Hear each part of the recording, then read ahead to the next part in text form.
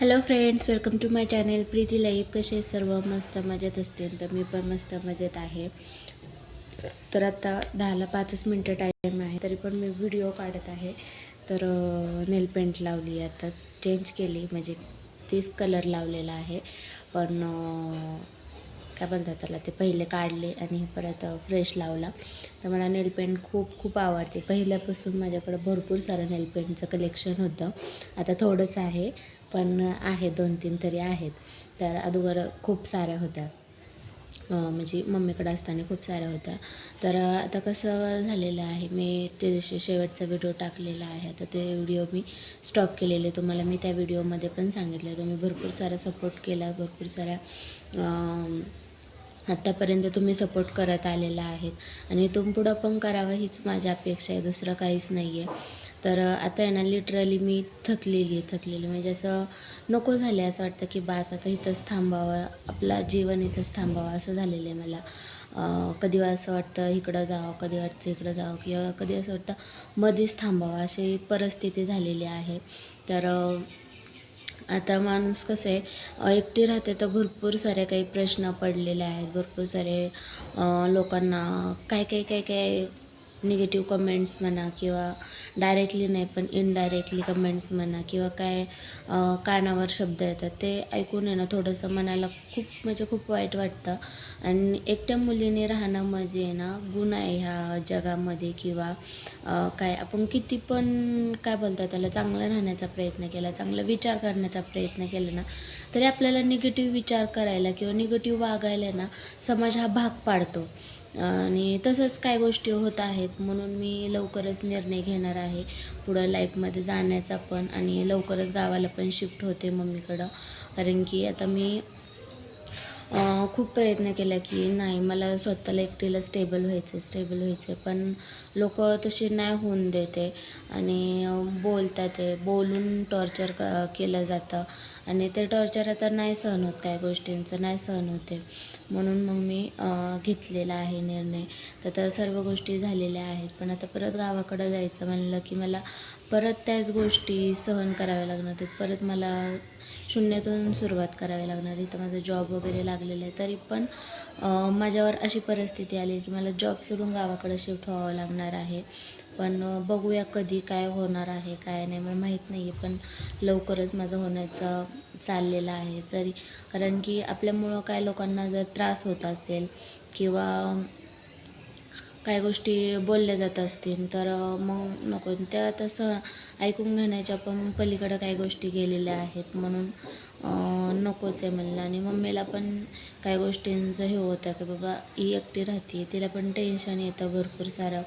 आणि ते सारखे कॉल वगैरे चालू असतात, काय करते काय नाही.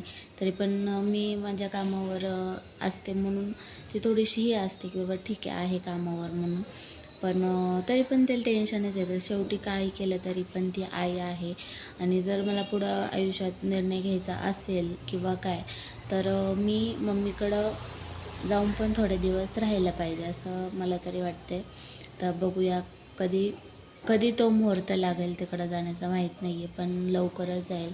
आणि खरंच एखादी म्हणजे नाही का पुढं जात असेल ना, तर त्याला खरंच असा मागं ओढण्याचा नाही प्रयत्न केला पाहिजे, कुणी का असायला, पण नाही तेही केलं पाहिजे. पण नाही आहे असं, आपण आहे ना आपले थोडेसे विचार वेगळे झाले ना, किंवा वेगळं आपण थोडंसं माणसांपेक्षा वेगळं असले ना, एका रस्त्याने जरी 1000 माणसं चालत असेल, तर आपले विचार वेगळे किंवा आपण आपले निर्णय वेगळे, तर आपण वेगळ्या रस्त्याने चालत असेल ना, तर त्या व्यक्तीला चुकीचं ठरवलं जातं. आणि जे 1000 लोक पण चुकीच्या रस्त्याने चालत असतील ना, तरी पण त्या लोकांना बरोबर म्हणजे पकडलं जातं.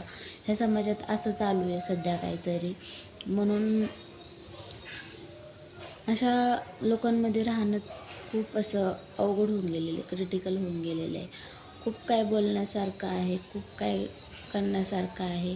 मी लक्ष नाही देते की माझं कॉन्सन्ट्रेट आहे, ठीक आहे आपल्याला पुढं जायचं आहे, आपले टार्गेट वेगळे आहेत, आपल्याला त्याच गोष्टी करायच्यात. पण काय काय इमोशनल गोष्टी असतात, त्या इमोशनल गोष्टी आपल्याला परत थोडंसं मागं आणण्याचा प्रयत्न करतात. मी दरवेळेस तुम्हाला म्हणते की मी मागं वळून पाहणार नाही आहे, पण ती परिस्थिती येत आहे की मागं वळून पाहण्याची. किंवा आता बास आता थोडेसे आपण 10 पावलं मागं जायचं का असा विचार कधी कधी येतो.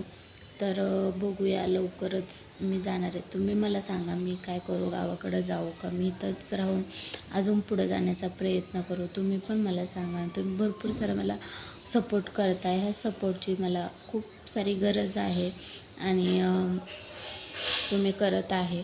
तर मी माझ्या सर्व गोष्टी, माझं यूट्यूब चॅनल मी हँडल करते, मी माझं जॉब आहे तो हँडल करते, स्वतःचं घरातल्या सर्व गोष्टी काय हँडल करते. तर माझं सर्व काही गोष्टी आवरलेलं आहे. आता मी स्वतः पण माझं आवरलं आणि आता थोड्या वेळात निघाणेच, कारण की मेडिकलमध्ये गेलं तरी 10:30 वाजल्यापासून खूप सारी गर्दी चालू होती मेडिकलमध्ये. म्हणून मला बसायला पण वेळ नसतो किंवा काय बोलायला पण वेळ नसतो.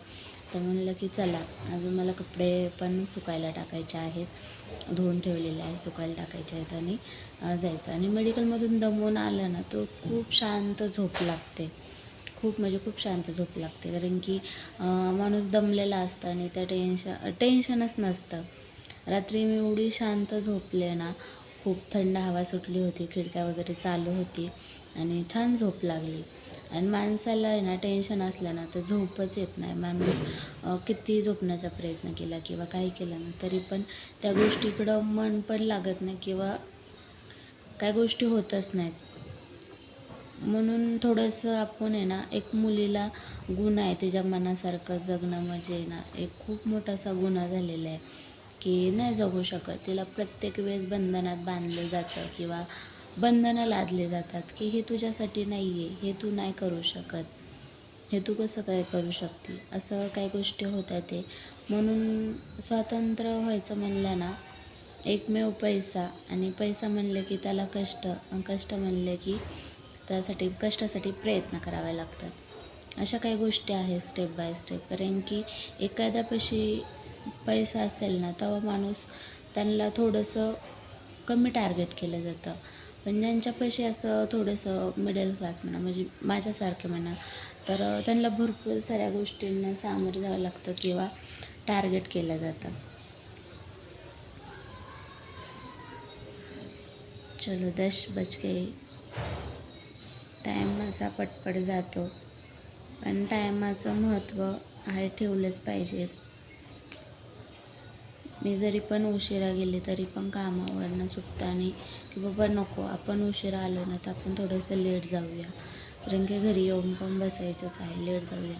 आज मला भाडं द्यायचे, आज वायफायचा बॅलन्स संपला, आज भाडं द्यायचं, वायफायचा बॅलन्स संपला, 2 दिवसांनी माझा बॅलन्स संपेल, घरात काय किराणा वगैरे काय कमी लागेल, मला बाजरी घेऊन दळण टाकायचं, भरपूर साऱ्या अशा गोष्टी आहेत घरामधल्या, त्या तुमच्याबरोबर नंतर शेअर करते मी.